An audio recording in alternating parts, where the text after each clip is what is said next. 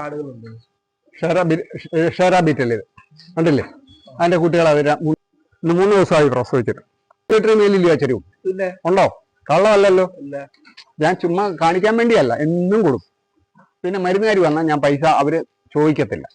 പ്രസവിച്ചാൽ മറ്റേ ആടിന്റെ പാല് കറന്നു കൊടുത്താൽ ഞാൻ ഇതും കൊണ്ട് മാത്രമേ ജീവിക്കുന്നു. അല്ല വേറെ ഒന്നും ഒരു പരിപാടിയില്ല.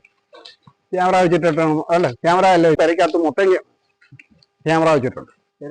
പെരക്കകത്ത് വെച്ചിട്ടുണ്ട്, ഭിത്തിക്കകത്ത് മോഷണം നടക്കുന്നതിന്. ഇവിടെ നിന്ന് അഴിച്ചോണ്ട് പോകാൻ തുടങ്ങി ആടിന്. ഇതിനെ ഒന്നിനെ കൊണ്ട് രൂപ കിട്ടുന്നേ മതി.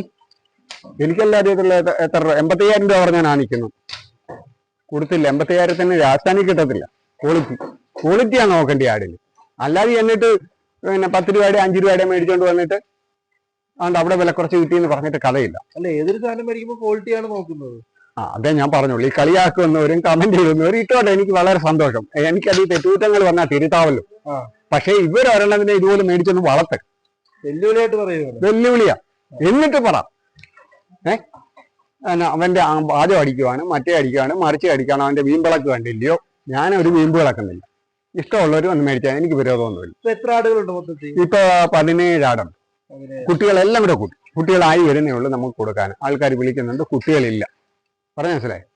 അപ്പം ഇത് ഇനി 4 മാസം ദൈവം അനുസരിച്ച് എനിക്ക് ഇവര് വളർന്നു വരണ്ടേ.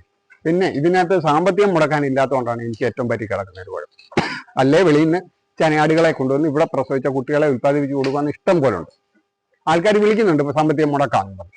പക്ഷെ അവർ വിളിക്കുമ്പോൾ അവരുടെ വീട്ടിലോട്ട് ചെല്ലുമ്പോൾ ഒന്നും സൗകര്യം കാണത്തില്ല, പുല്ല് നടാൻ സൗകര്യം കാണത്തില്ല. പിന്നെ ഇനി ഞാൻ ഇവിടുന്ന് പോകുന്നില്ല. കാര്യം ഇവിടുന്ന് ഞാൻ പ്രശസ്തിയാണ്. സിരോജി മോനെ 110 കിലോ ഉണ്ട്. പിന്നെ ഷേറാബിറ്റ് പഞ്ചാബ് കർണാട്, പിന്നെ വേലിയാടുകൾ, പിന്നെ ഡബ്ബ ബീറ്റൻ. ഇപ്പൊ കറന്ന് മക്കളെ പോലെയല്ല, അവനെന്റെ മക്കളാ. എനിക്ക് കുടുംബമൊന്നുമില്ല, അവരെന്റെ മക്കളാ.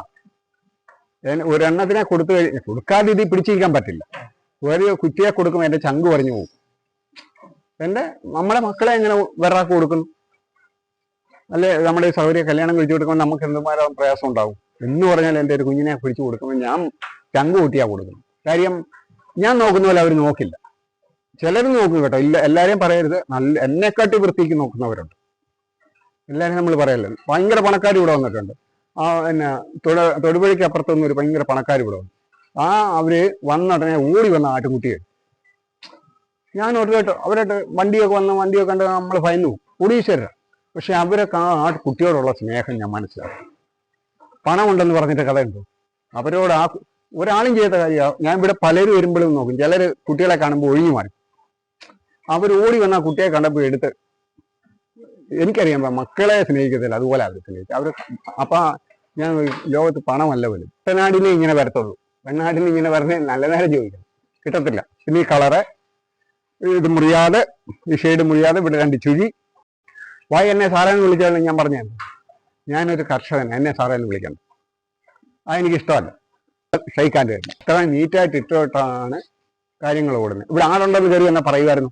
ഇല്ലില്ല, ഫ്രണ്ടിലില്ല, പുറകിലല്ലേ. അല്ല, അലക്കിയ വല്ല വിഷയം വല്ലതും ഉണ്ടോ? ശല്യമില്ല.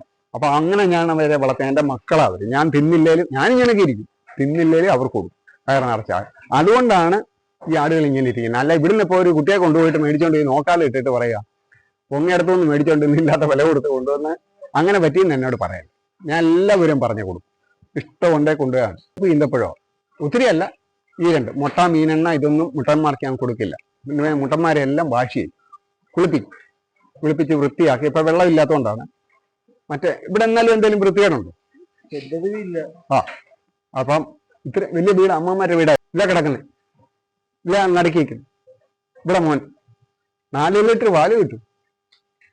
ഇപ്പൊ ചനയുണ്ട്. 8ാമത്തെ പ്രസവം. 4 കളറുണ്ട് ഇതിന്റെ കൊമ്പിന്. ഈ കൊമ്പ് കഴിഞ്ഞ ഈ പിടിപിടിയില്ല ചത്താലും. മനസ്സിലായി?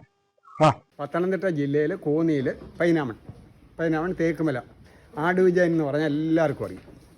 ഇപ്പൊ ചേട്ടന്റെ നമ്പർ ഞാൻ കൊടുത്തേക്കാം. ആ നമ്പറിൽ കോൺടാക്ട് ചെയ്യാം. ആടിന്റെ ഡീറ്റെയിൽസ് എല്ലാം പറയും. അത് ഒറിജിനൽ സാധനത്തിന്റെ. ഒറിജിനൽ സാധനം. കുട്ടികളെ കണ്ടല്ലോ, എല്ലാത്തിനെയും കണ്ട്. ഒറിജിനൽ അല്ലയോ? എല്ലാം ഒറിജിനൽ കണ്ട് ബോധ്യമായിട്ടാണ് പറയുന്നത്. പറഞ്ഞില്ല, അതിന് ചാടി വന്നു. ഇത് മലബാരിയാണ്.